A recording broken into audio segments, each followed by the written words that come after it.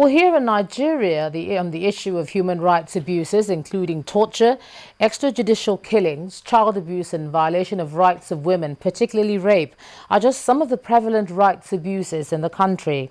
Activists believe that the rise of human rights violations is as a result of a weak criminal justice system, absence of strong legislation, and lack of policies on the part of the government to protect the rights of Nigerians.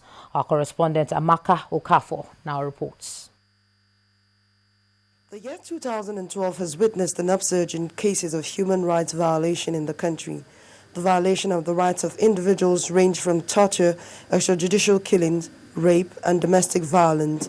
The National Human Rights Commission confirmed the abuses in its report, which documented 20,000 cases. Major complaints or petitions that the Commission has received this year pertains to issues that violate the rights of Nigerians, particularly with respect to the various killings that are taking place all over the country.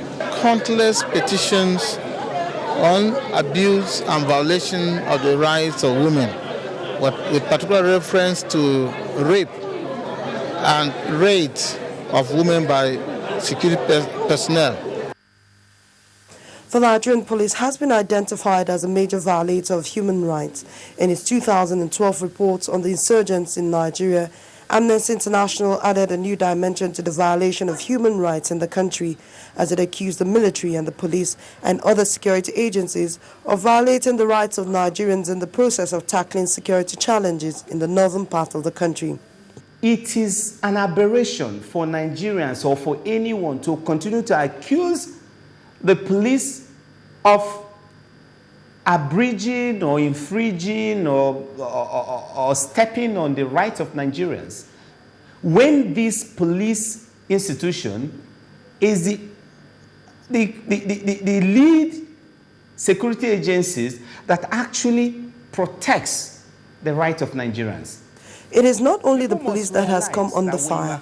The executive has been accused of not having any policy direction in the implementation and domestication of human rights and anti-torture related policies in the country. The failure of the Jonathan administration to appropriately invest in the justice sector is directly responsible for the image crisis that we face as a nation, including that of a country that thrives in impunity, where acts of torture and extrajudicial killings are rife, including lynching by citizens who have usurped the roles of judge and the executioner. The Attorney General of the Federation rises in the defense of the government. He, however, adds that the federal government has embarked on a reform of the criminal justice system, which will strengthen the legal frameworks on human rights protection and torture. The revised administration of criminal justice bill will introduce firmer timelines for all stages in the arrest and prosecution of suspects, as well as compel the police to keep a register of detained persons and make periodic returns. As a way forward, experts suggest that the federal government should move away from the culture of setting up committees to implementation of the National Human Rights Action Plan and the domestication of the relevant treaties on human rights in Nigeria. Amaka Okafor, Channels Television News.